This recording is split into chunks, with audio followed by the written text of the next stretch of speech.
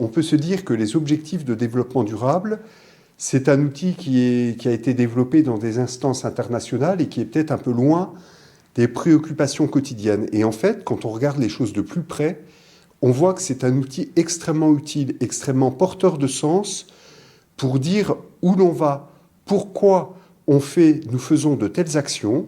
Et au-delà de la promotion des objectifs du développement durable que nous essayons d'assurer, nous avons travaillé en interne avec les agents pour montrer que les objectifs du développement durable, ça donnait du sens à notre action.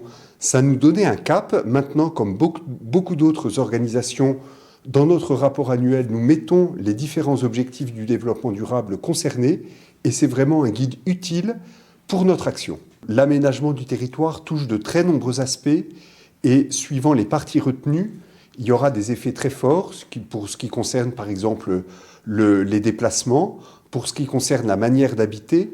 Et on sait que ces deux postes, le bâtiment et les déplacements, les transports, sont des postes extrêmement importants pour les émissions de gaz à effet de serre. Donc si on a un aménagement du territoire plus économe en espace, on réduira le besoin en déplacement.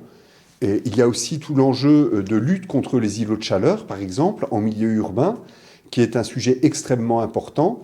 Et globalement, voilà, la transition écologique passe par un aménagement plus harmonieux qui permet de concilier préservation, voire valorisation de la biodiversité avec les activités humaines.